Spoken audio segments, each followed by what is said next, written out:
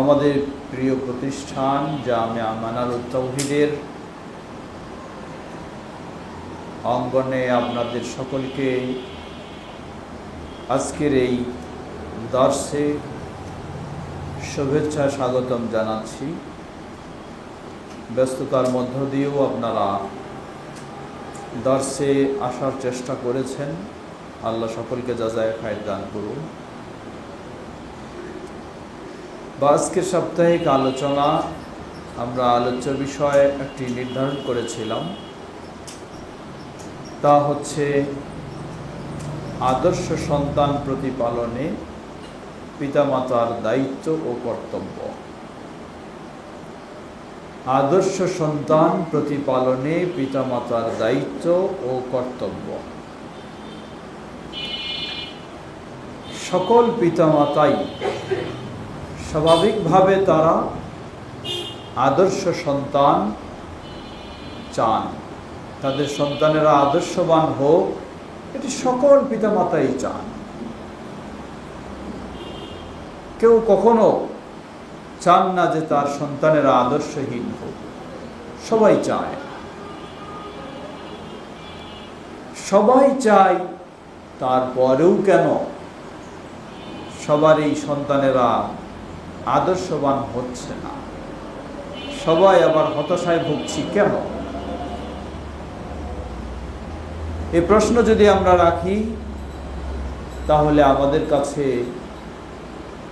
জবাব এটাই আসতে পারে যে ইসলাম যেভাবে আমাদেরকে নির্দেশনা দিয়েছে আদর্শ সন্তান গড়ে তোলার জন্য, সেই নির্দেশনা আমরা হয়তোবা যথাযথ বাস্তবায়ন করতে পারি না, যার কারণে সকলেরই চাওয়া পাওয়া থাকা সত্ত্বেও আমরা পাই না। বাস্তবে আমরা প্রতিফলন দেখতে পাই না। এজন্য আমরা বলবো, শুধু পিতামাতা হলেই আদর্শ সন্তানের পিতামাতা হয়ে যাব এমনটা নয়। পিতামাতারা অবশ্যই আদর্শ সন্তান বানানোর পিছনে, আদর্শ সন্তান গড়ার পিছনে যথেষ্ট ভূমিকা রয়েছে, দায়িত্ব রয়েছে, কর্তব্য রয়েছে, যা আল্লাহ সুবহানাহু ওয়া তাআলা কোরআনুল কারীমে বিভিন্নভাবে আলোকপাত করেছেন। যেমন একটি সূরা লুকমান, আল্লাহ সুবহানাহু ওয়া তাআলা এই সূরায় এত সুন্দরভাবে বর্ণনাগুলি দিয়েছেন। একজন বাবা হিসাবে, পিতা হিসাবে সন্তানদেরকে আকীদাগত কিভাবে শিক্ষা দেবে, ইবাদত কিভাবে শিক্ষা দেবে, সামাজিক আচার আচরণ কিভাবে শিক্ষা দেবে, মানুষের সাথে চলাফেরা কিভাবে শিক্ষা দেবে, আল্লাহ সুবহানাহু ওয়া তাআলার সাথেও এই সন্তানের সম্পর্ক কী ধরনের হতে পারে সেই শিক্ষা দেবে, সব বিষয়গুলি আল্লাহ সুবহানাহু ওয়া তাআলা সূরা লুকমান 13 থেকে 19 এই আয়াতগুলির মাঝে আল্লাহ রাব্বুল আলামিন সুন্দরভাবে আলোকপাত করেছেন। এছাড়াও বিভিন্ন আয়াতে, বিভিন্ন সূরায় আল্লাহ রাব্বুল আলামিন বিভিন্ন দৃষ্টিভঙ্গিতে অভিভাবক হিসাবে, বাবা মা হিসাবে সন্তানদের প্রতি কী দায়িত্ব, কী ভূমিকা থাকতে পারে সে বিষয়গুলিও আলোকপাত করেছেন। অপরদিকে যদি আমরা আমাদের প্রিয় নবী মুহাম্মদ সাল্লাল্লাহু আলাইহি ওয়াসাল্লামের বিষয়ে লক্ষ্য করি, তাহলে মুহাম্মদ সাল্লাল্লাহু আলাইহি ওয়াসাল্লাম তিনি নিজেই তো ছিলেন একজন আদর্শ ও শ্রেষ্ঠ পিতা। তাই আদর্শ ও শ্রেষ্ঠ সন্তান কিভাবে গড়তে হয় তার বাস্তব দৃষ্টান্ত তিনি নিজেই তিনি তা প্রতিফলন দেখিয়েছেন, নিজেই তিনি তা আমাদের সামনে তার কর্মের মাধ্যমে দৃষ্টান্ত রেখেছেন। অপরদিকে মুসলিম উম্মাহকে, বিশেষ করে বাবা মাকে কখনো শক্ত ভাষায়, কখনো নরম ভাষায়, কখনো বিভিন্ন উপমা দিয়ে বাবা মাকে সেই নির্দেশনা আল্লাহ রাসূল সাল্লাল্লাহু আলাইহি ওয়াসাল্লাম দিয়েছেন। অতএব আমরা খুব সহজেই বলতে পারি যে আল্লাহ সুবহানাহু ওয়া তাআলা মানব জাতির জন্য যেমন শ্রেষ্ঠ জীবন ব্যবস্থা, জীবন বিধান হিসাবে ইসলামকে দিয়েছেন, এই ইসলামে যথেষ্ট আদর্শ সন্তান প্রতিপালনের ক্ষেত্রে বাবা মার দায়িত্ব কি হতে পারে সেগুলি গাইড নেওয়ার জন্য। আল্লাহ আমাদের সে বিষয়টিকে, সকল বাবা মাকে সেভাবেই কোরআন এবং সুন্নাহ থেকে ইসলামের সঠিক নির্দেশনা নিয়ে সন্তানদেরকে আদর্শ সন্তান হিসাবে যেন গড়ে তুলতে পারি, আল্লাহ আমাদের তৌফিক দান করুন। আমরা কয়েকটি বিষয়, এই বিষয়টি আলোকপাত করার জন্য কয়েকটি সাইড আমরা চিহ্নিত করতে পারি। প্রথম হলো, ভালো বাবা মা দিন, তাহলে ভালো সন্তান পাওয়া যাবে। ভালো বাবা মা দিন, তাহলে ভালো সন্তান পাওয়া যাবে। দ্বিতীয়, ভালো পরিবেশ দিন, ভালো সন্তান পাওয়া যাবে। তৃতীয়, ভালো শিক্ষা দিন, ভালো সন্তান পাওয়া যাবে।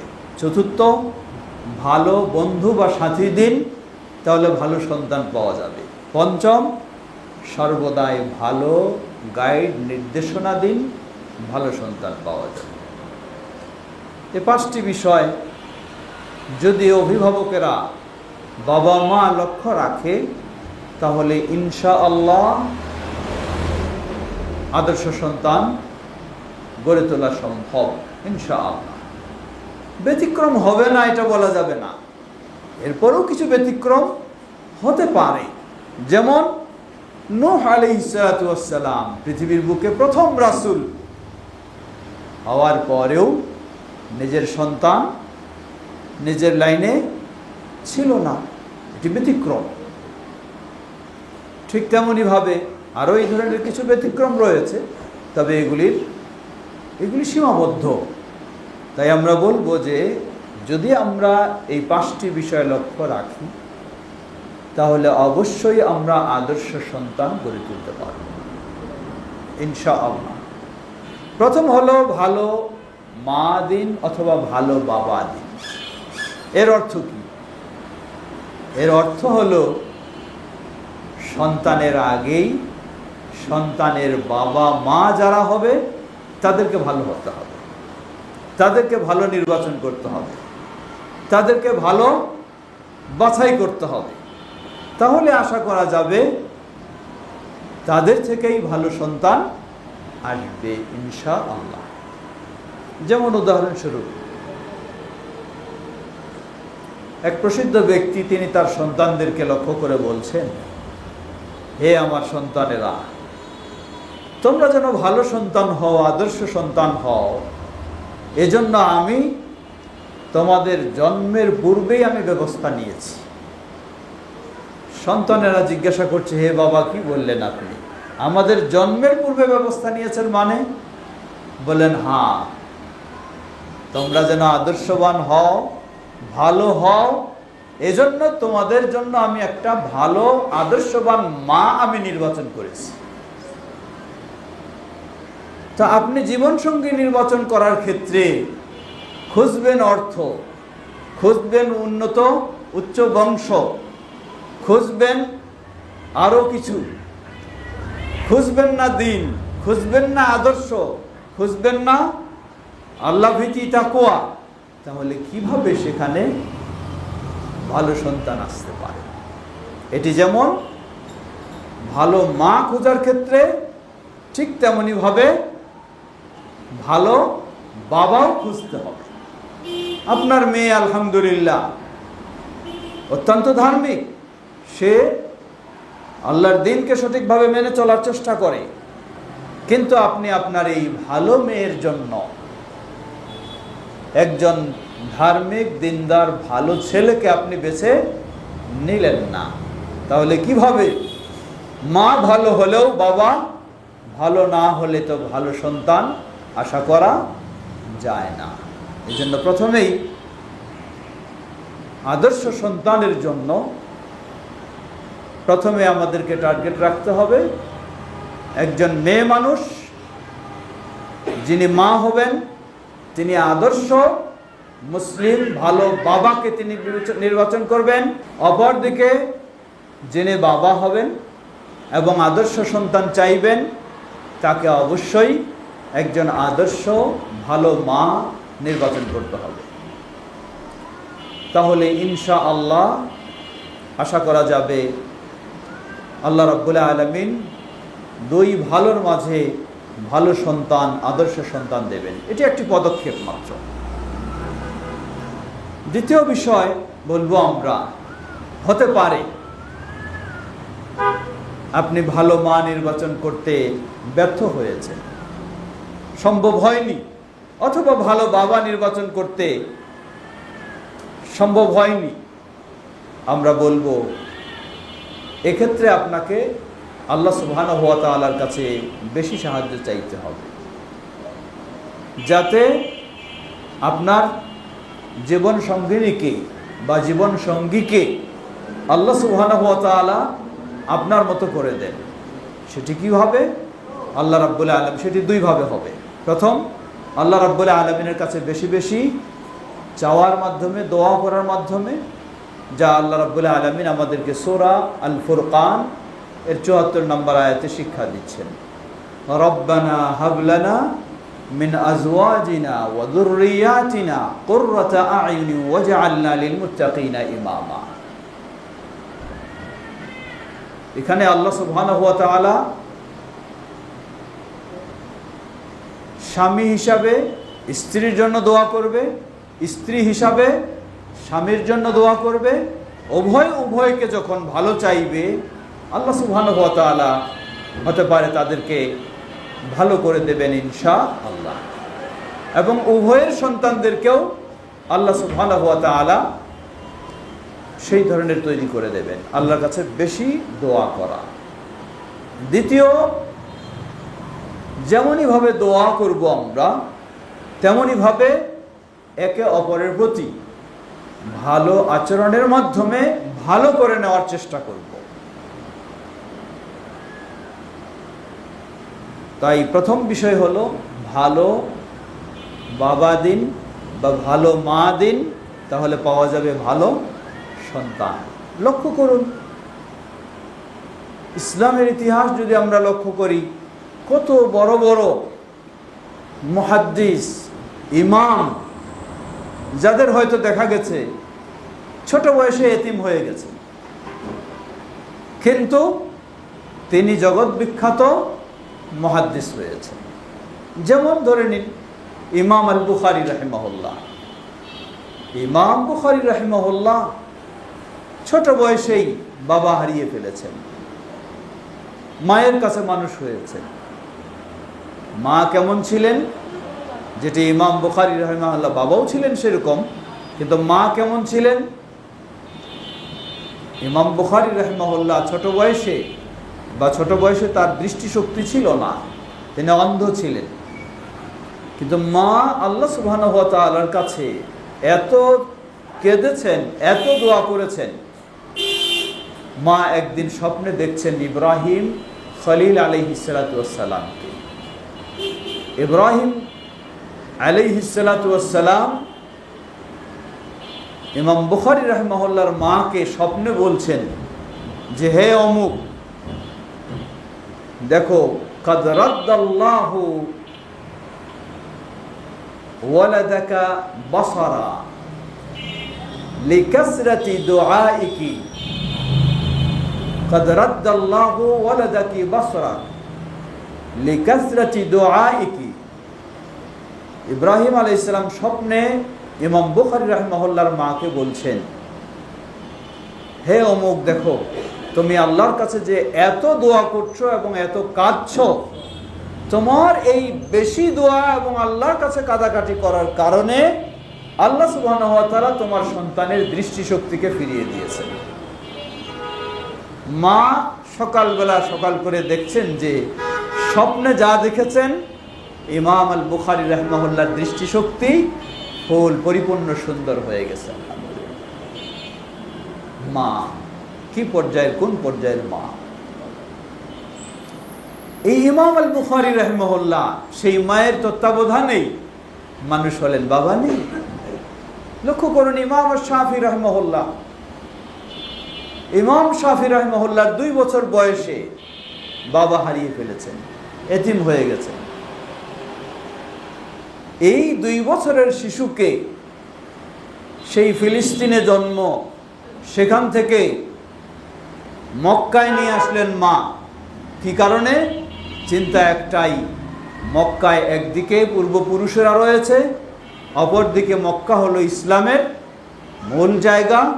সেখানে নিয়ে গেলে আমি আমার সন্তানকে সেভাবে আমি আরবি ভাষায় এবং ইসলামী জ্ঞানে আমি গড়ে তুলতে পারবো।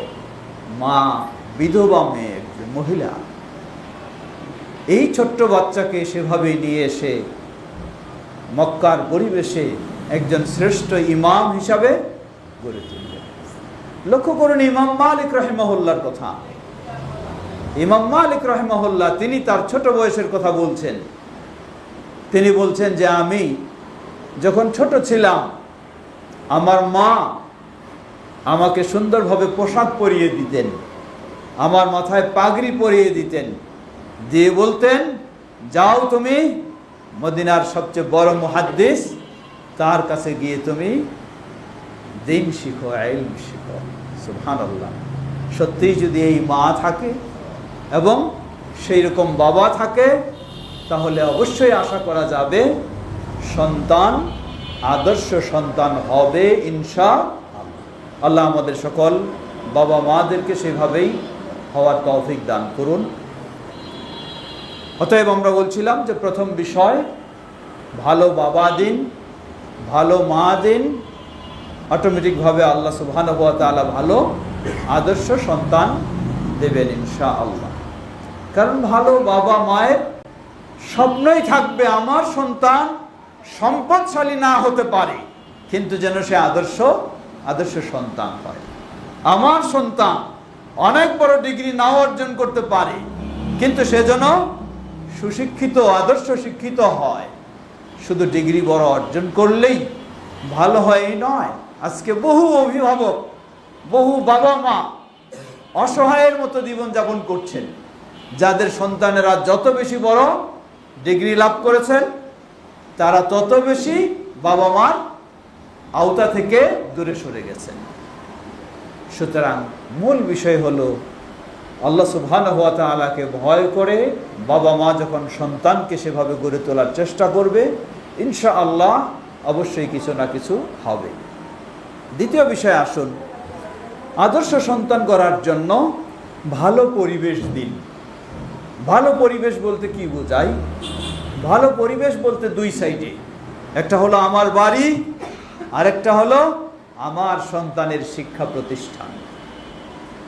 আমার বাড়ি আলহামদুলিল্লাহ আমি শতভাগ ইসলাম মেনে চলার চেষ্টা করি, ইসলামী পরিবেশে আমার সন্তানদেরকে মানুষ করার চেষ্টা করি বাড়ির পরিবেশে। কিন্তু সন্তানকে এমন একটা প্রতিষ্ঠানে আমি দিলাম যেখানে নাস্তিকতা শিক্ষা দেওয়া হয়, যেখানে ভিন্ন আচার আচরণ শিক্ষা দেওয়া হয়, যেখানে ইসলাম বিদ্বেষী করে গড়ে তোলা হয়, তাহলে আমার পরিবারটা, বাড়ির অবস্থাটা যতই ভালো হোক না কেন, ওই দিকে যদি ভালো না হয়, তাহলে এই সন্তান আদর্শ সন্তান হিসেবে গড়ে ওঠাটা খুবই কঠিন। ঠিক একইভাবে আবার আমি প্রতিষ্ঠানটা সেরা প্রতিষ্ঠান হিসেবে চয়ন করলাম, খুব ভালো প্রতিষ্ঠান, যেখানকার সন্তানেরা বা ছাত্ররা ছাত্রীরা তারা অটোমেটিকভাবে খুব সুন্দর ভালো হয়, আদর্শবান হয়, কিন্তু আমার বাড়ির পরিবেশটাকে সেরকম করতে পারলাম না। আমরা যেগুলি আজকে সমস্যা অনুভব করছি, অনেক বাবা মা আমাদের কাছে সন্তানদেরকে দিচ্ছে, কিন্তু সন্তান এখানে এসে মোবাইল গেম খেলতে পারে না, এখানে গান বাজনা শোনার পরিবেশ পায় না, কিন্তু আপনার বাড়িতে গিয়ে সে গান বাজনায় ব্যস্ত। সেখানে মোবাইল বা ইত্যাদির গেম নিয়ে সে ব্যস্ত। তাহলে প্রতিষ্ঠানে ভালো পরিবেশ হলেও বাড়িতে যদি ভালো পরিবেশ না হয় তবু তাকে ভালো হিসাবে গড়ে তোলা সম্ভব নয়। তাই ভালো পরিবেশ দিন, এর অর্থ হলো নিজের বাড়িটাতেও ভালো পরিবেশ তৈরি করতে হবে।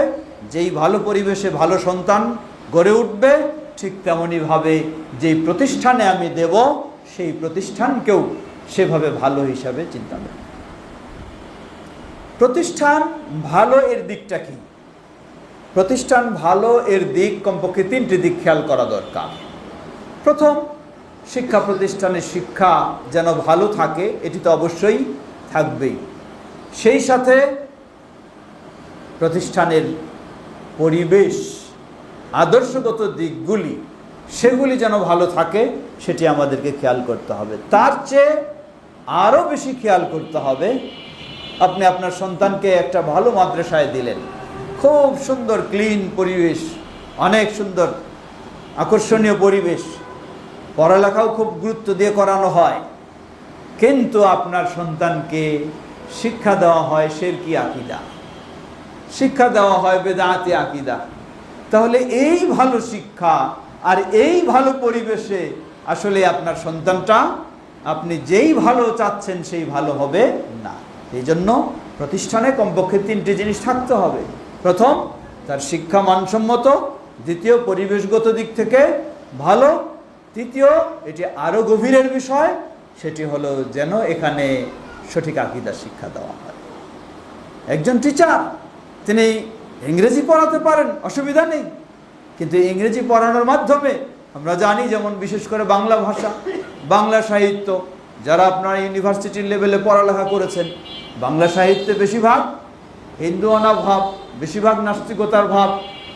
তাহলে একজন বাংলার টিচারও তিনি বাংলা পড়াবেন, কিন্তু বাংলার মধ্য দিয়েও তিনি সঠিক আকীদা ও আদর্শের মেসেজ স্টুডেন্টকে দেবেন।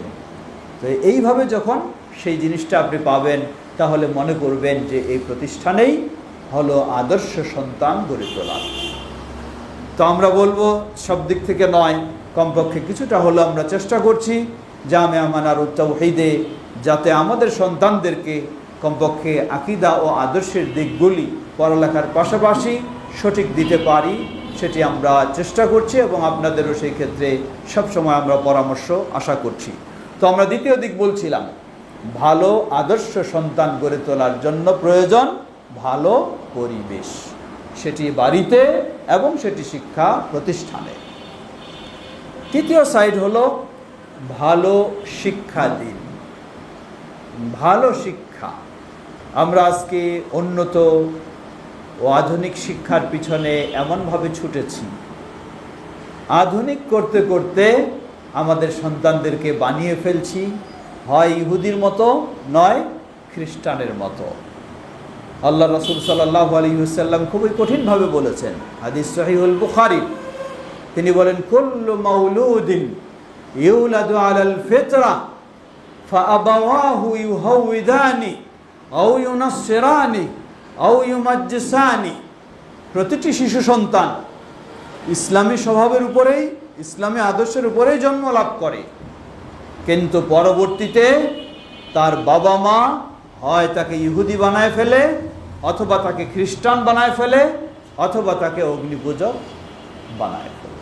তাহলে বাবা মা এই ক্ষেত্রে কত বড় একটা ভূমিকা রয়েছে।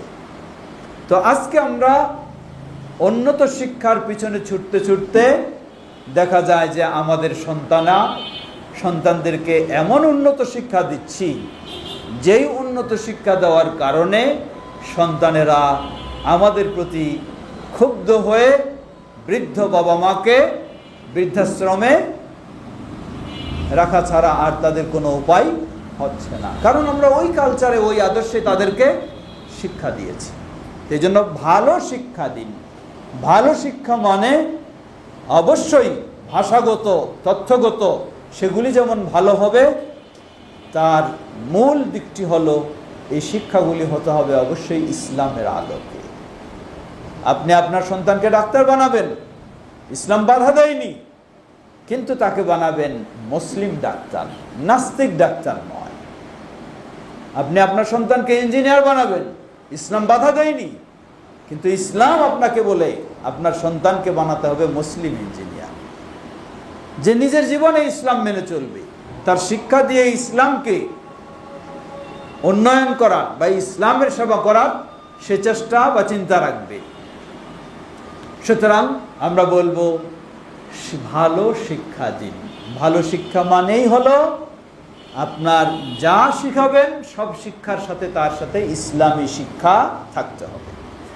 এখন ইসলামী শিক্ষার ক্ষেত্রে আপনি বলবেন যে আসলে আমাদের দেশে তো পর্যাপ্ত পরিমাণের শিক্ষা প্রতিষ্ঠান নেই যেখানে আমরা ইসলামের আলোকে আমাদের সন্তানদেরকে ভালো শিক্ষা দেব। বলবো কথাটা আপনার অবাস্তব নয়, বাস্তব, কিন্তু এরপরেও আমাদের একটি বড় ধরনের ত্রুটি রয়েছে। কি ত্রুটি?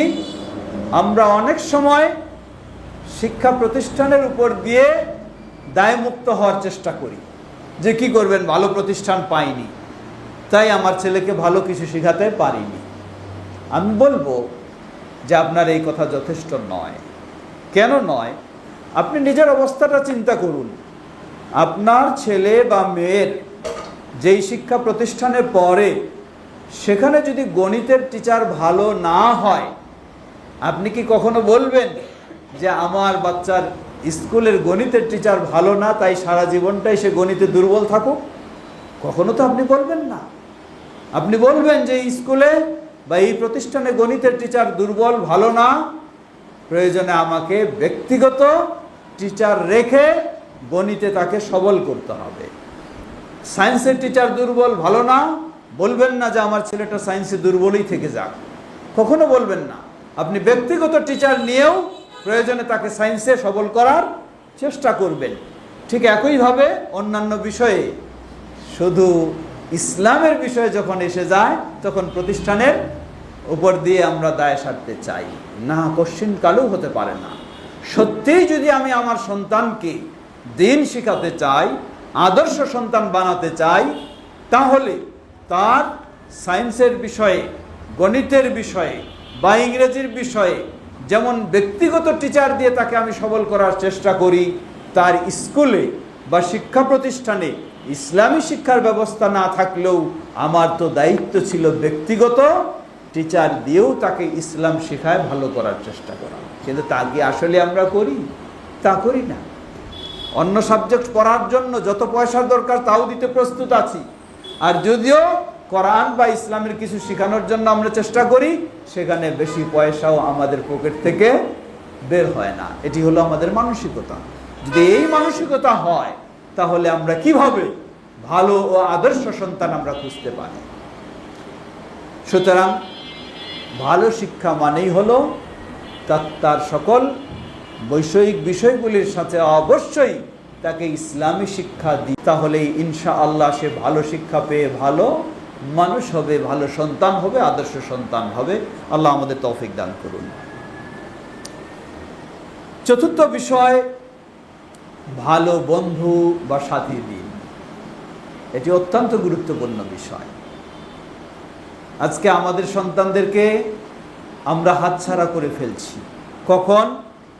যতদিন ছোট অবস্থায় সে আমাদের কাছে থাকে, আমাদের সাথেই থাকে, আমাদের লাইনেই থাকে, কিন্তু যখন তাকে আমরা বিভিন্ন শিক্ষা প্রতিষ্ঠানে দেই এবং বিভিন্ন বন্ধুদের সাথে সে উঠা বসা শুরু করে, তখন পর্যায়ক্রমে তার আচার আচরণ পরিবর্তন হয়ে যায়। এমনকি এখন তো কত রকমের ফিতনার অভাব নেই। একদিকে ইসলামের নামে ভ্রান্ত ফিতনা, অপরদিকে ইসলাম থেকে বের করে সেই ভ্রষ্টতার দিকে এবং আদর্শহীনতার দিকে নিয়ে যাওয়া। এখন তো কত রকমের সেই ট্রান্সজেন্ডার বলুন বা আরও কিছু বলুন, আরও কত নাস্তিকতা, সবগুলির সাথে এই ছাত্র বা ছাত্রী তাদেরকে এই বয়সেই তাদেরকে, কারণ এই বয়সে একটা মানুষের কি থাকে, অনুকরণের একটা, অন্যের থেকে গ্রহণের একটা মানসিকতা থাকে। তাই তাকে আপনি যতই দিতে চান এটা কম নিবে, কিন্তু নিবে খালি বন্ধুদের সাথে কি দেখবে সেটাকে সে নিতে চায়। এই জন্য আল্লাহ রসুল সাল্লাল্লাহু আলাইহি ওয়াসাল্লাম বন্ধু নির্বাচনের ক্ষেত্রে খুব কঠিনভাবে গুরুত্ব দিয়েছেন। এটি সকলের জন্য। ওমর ইবনুল খাত্তাব রাদিয়াল্লাহু আনহু থেকে একটি আসার বর্ণনা করা হয়। তিনি বলেন, বাচ্চাদের ক্ষেত্রে তিনি 3টা স্তর ভাগ করেছেন। তিনি বলেন, দাহু সাবআ, 7 বছর পর্যন্ত সে স্বাধীনভাবে খেলাধুলা করুক, ছেড়ে দাও। ওয়াআদ্দিবহু সাবআ, পরবর্তী 7 বছর এটা হলো শিক্ষা দেওয়ার বছর। এই 7 বছরে তাকে আদব আখলাক, আচার আচরণ শিক্ষা দাও। ওয়াসাহিবহু সাবআ, পরবর্তী 7 বছর 14 থেকে 21, এই 7 বছর তাকে হাতছাড়া করা যাবে না। সাহিবহু সাবআ, এই 7 বছর তাকে সাথে রাখার চেষ্টা করো। কারণ এই 14 থেকে 21 পর্যন্ত এটাই সে অন্যের সঙ্গ পেয়ে নষ্ট হয়ে যায়। এই জন্য ওমর রাদিয়াল্লাহু আনহু বলছেন, ওয়াসাহিবহু সাবআ, এই 7 বছর তুমি কড়া দৃষ্টিতে রাখো। আমরা অনেক সময় কি করি, যেই ছেলে মেয়ে আমাদের কথা কম শোনে, রাগ করে তাকে আমরা কম বলি, দূরে সরাই দিই। এটি ভুল চিন্তা। এটা আরও তাকে খারাপ হওয়ার সুযোগ দেওয়া হয়। যে কথা শুনতেছে না তাকে আমি দূরে রাখতেছি, এ আরও খারাপ করে দেওয়ার সুযোগ করে দেওয়া হয়। বরং যে যত কম কথা শুনবে তাকে তত বেশি কাছে রাখতে হবে, তাহলে সে আপনার নিয়ন্ত্রণে থাকবে। না হলে টোটাল আপনার নিয়ন্ত্রণের বাইরে চলে যাবে। তো এই সময়টাতে, তৃতীয় 7 বছর, এই সময়টি হলো অত্যন্ত গুরুত্বপূর্ণ। তার বন্ধু নির্বাচন, সেই ক্ষেত্রে আপনাকে অবশ্যই কড়া দৃষ্টি রাখতে হবে। বিশেষ করে এখন তো খুবই কঠিন অবস্থা। বন্ধু নির্বাচনের জন্য তো কোনো মাঠেও যেতে হয় না, কোনো ক্লাবেও যেতে হয় না। বন্ধু নির্বাচন তো আপনার ঘরের ভিতরে, আপনি তাকে সুন্দর স্মার্টফোন দিয়েছেন, সেই ফোনের মাধ্যমে সে কি করে, এখন বন্ধু নির্বাচন করছে। তো সেই ক্ষেত্রে আমাদেরকে যথেষ্ট গুরুত্ব দিতে হবে। কারণ একটা সন্তান হারিয়ে গেলে, হারিয়ে যাওয়া মানে হাতছাড়া হয়ে গেলে কত সমস্যা, আপনি কষ্ট অনুভব করবেন সেটি পরে বুঝবেন, এখন বুঝবেন না। এই জন্য অবশ্যই আমাদের উচিত এই সময়টা, বিশেষ করে সন্তানদের বন্ধু যেন ভালো হয়। এই জন্য আল্লাহ রাসূল সাল্লাল্লাহু আলাইহি সাল্লাম বলেন, আল মারউ আলা দীন খালিলি, কোনো ব্যক্তিকে বোঝা যায় তার বন্ধুর দিন আদর্শ অনুযায়ী। তাকে মূল্যায়ন করা যায় তার বন্ধুর দিন আদর্শ অনুযায়ী। বন্ধুর দিন আদর্শ যদি ভালো হয় তাহলে এই লোকটা ভালো হবে, আর তার বন্ধুর দিন আদর্শ যদি ভালো না হয় তাহলে এই লোকটাও ভালো বলে আশা করা যায় না। তাই চতুর্থ বিষয়টি আমরা অবশ্যই মনে রাখব যে আমার ছেলে বা আমার মেয়ে, তাদের সঙ্গী বা তাদের সাথী বা তাদের বন্ধু কারা, তারা কোন পর্যায়ে, সেটা অবশ্যই আমাকে গুরুত্ব দিয়ে খেয়াল রাখতে হবে। এটাও তাদেরকে ভালো বানানোর এবং খারাপ করে দেওয়ার একটি অন্যতম দিক হবে। পঞ্চম বিষয়, ভালো গাইড ও নির্দেশনা দিন। যে বিষয়টি মূলত চলে এসেছে, এরপরেও ভালো নির্দেশনা দেওয়ার ক্ষেত্রে ইসলাম অনেক উদ্বুদ্ধ করেছে।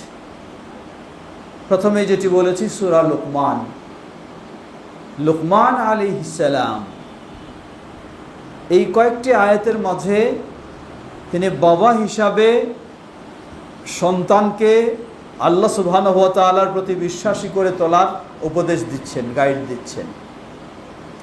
বাবা হিসাবে সন্তানকে তার ব্যক্তিগত ইবাদত যেন সুন্দরভাবে করতে পারে সেই গাইড দিচ্ছে। বাবা হিসাবে সন্তানকে মানুষের সাথে আচরণ যেন সুন্দর করতে পারে সেই গাইড দিচ্ছেন। সবগুলি সেখানে আলোচনায় এসেছে, আকীদা থেকে আদর্শ, ইবাদত, শিক্ষা, সব কিছুই। নবী সাল্লাল্লাহু আলাইহি ওয়াসাল্লাম তিনিও একইভাবে ছোট বাচ্চাদেরকে কত গুরুত্ব দিতেন।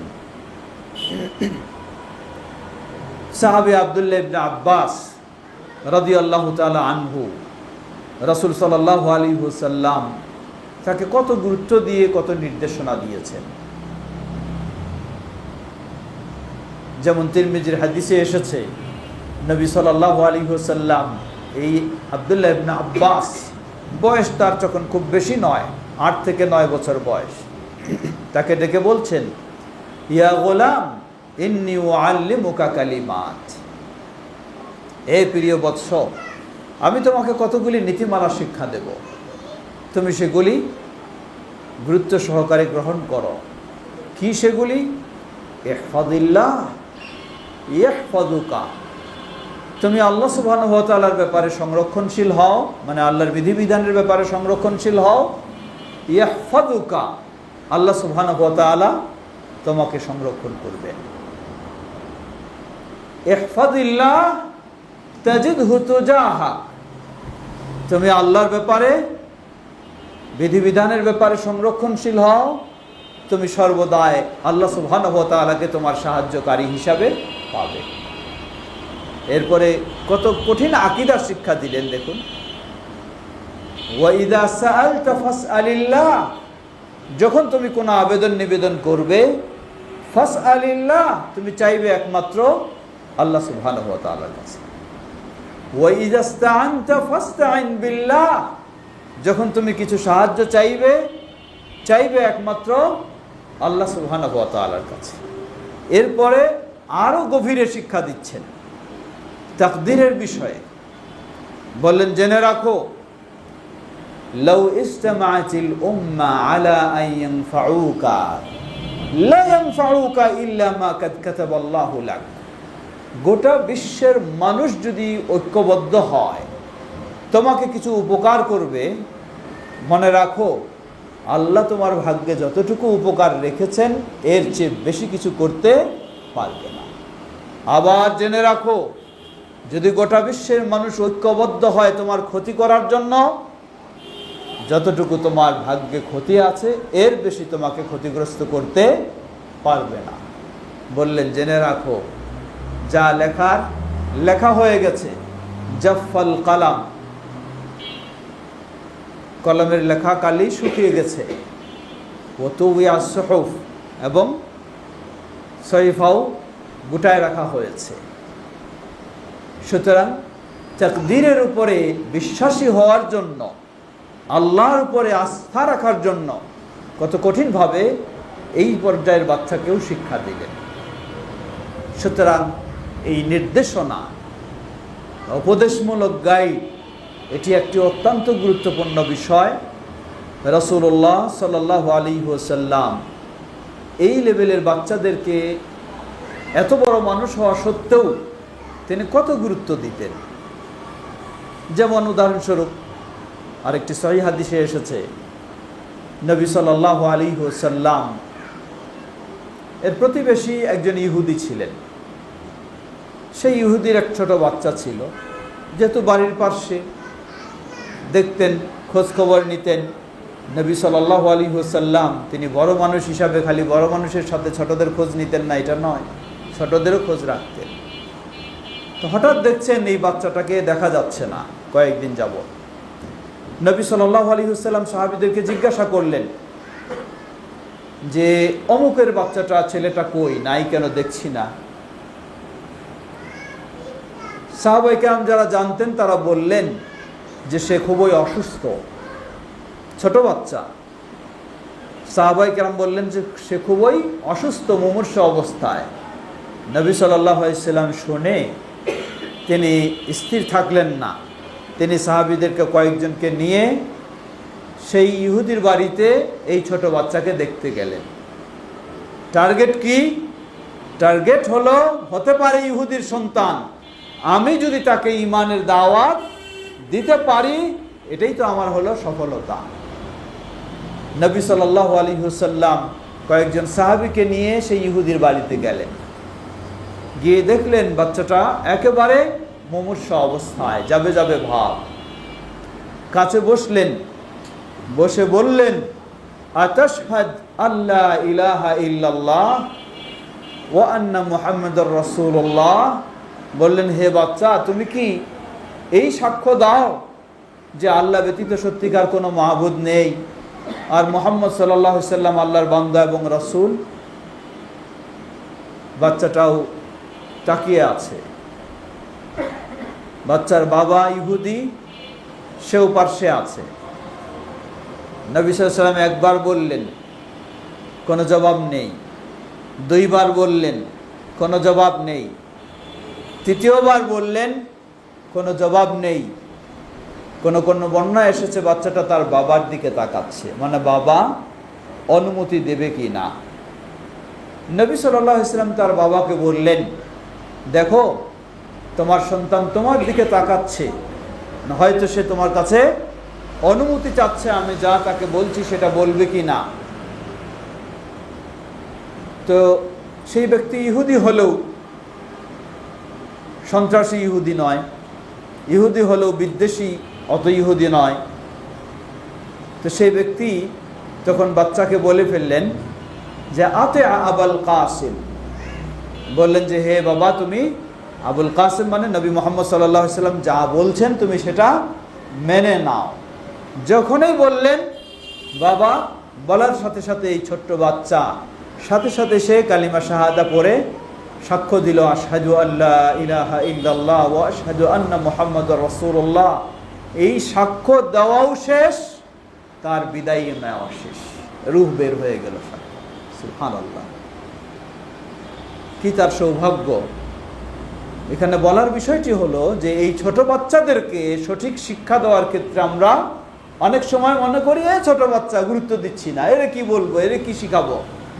আল্লাহ রাসূল সাল্লাল্লাহু আলাইহি সাল্লাম ছোট বাচ্চা হলেও কখনো তাদেরকে অবহেলা করেননি। এই বলার সাথে সাথে সে শাহাদাত বলার সাথে সাথে ছোট বাচ্চার মৃত্যু ঘটে গেল। নবী সাল্লাল্লাহু আলাইহি সাল্লাম তখন তার বাবাকে বললেন, দেখো সে আর তোমাদের জন্য নয়, সে এখন আমাদের দায়িত্ব, আমরা তাকে নিয়ে যাব, আমরা তাকে গোসল করাবো, আমরা তাকে কাফন পরাবো, আমরা তাকে জানাজা পড়ে দাফন করব। এই বলে নবী সাল্লাল্লাহু আলাইহি ওয়াসাল্লাম নিয়ে গেলেন।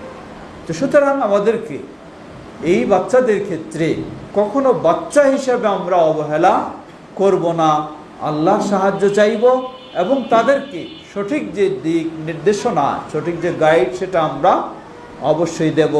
বিশেষ করে রাসূল সাল্লাল্লাহু আলাইহি ওয়াসাল্লাম যে বিষয়গুলি আরও গুরুত্ব দিয়েছেন, তিনি বলেন মুরু আওলাদাকুম বিস-সালাহ ওয়া হুম আবনাউ সাবঈন। 7 বছর বয়স, আর অবহেলার সুযোগ নেই, সালাতের নির্দেশ দিতে হবে, উদ্বুদ্ধ করবেন আপনি সালাত আদায় করার জন্য। ওয়াদরিবুহুম আলাইহা ওয়া হুম আবনাউ 10। 10 বছর বয়স হয়ে গেছে, সালাতের গুরুত্ব দিচ্ছে না, এখন আপনাকে শাসনের ব্যবস্থা নিতে হবে। সেই আলোকে যদি আমরা আমাদের সন্তানদেরকে গড়ে তুলতে পারি, তাহলে ইনশাআল্লাহ এই সন্তানেরাই সেই সন্তান হবে। আল্লাহ রাসূল সাল্লাল্লাহু আলাইহি ওয়াসাল্লাম বলেন, ইযা মাতাল ইনসান ইনকাতা আনহু আমালুহু ইল্লা মিন সালাসাতিন সাদকাতিন জারিয়াতিন আও ইলমিন ইউনতাফা বিহি আও ওয়ালাদিন সালিহিন ইয়াদউ লাহু, রাওয়াহু মুসলিম। মানুষ বেঁচে রয়েছে, সালাত আদায় করে, সিয়াম পালন করে, কতদিনই কাজ করে, সওয়াব লাভ করে, কিন্তু যখন মানুষ বিদায় নিয়ে চলে যাবে তার সব আমলগুলি বন্ধ হয়ে যাবে।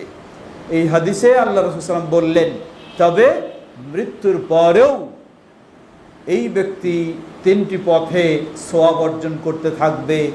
এক পথ হলো জীবদ্দশায় যদি কোনো সদকা জারিয়া করে থাকেন, যেই সদকা চলমান রয়েছে, মৃত্যুর পরেও তিনি সেটির সওয়াব পেতে থাকবেন। দ্বিতীয় হলো আও ইলমিন ইউনতাফা বিহি, এমন যদি তার জ্ঞান গরিমা দিয়ে দিনী কাজে ব্যবহার করে থাকে, কিছু মানুষকে শিক্ষা বা ইত্যাদি বা গ্রন্থ, বই পুস্তক রচনা ইত্যাদি করে থাকে, সেটি মৃত্যুর পরেও মানুষ যত উপকৃত হবে এর সওয়াব পেতে থাকবে।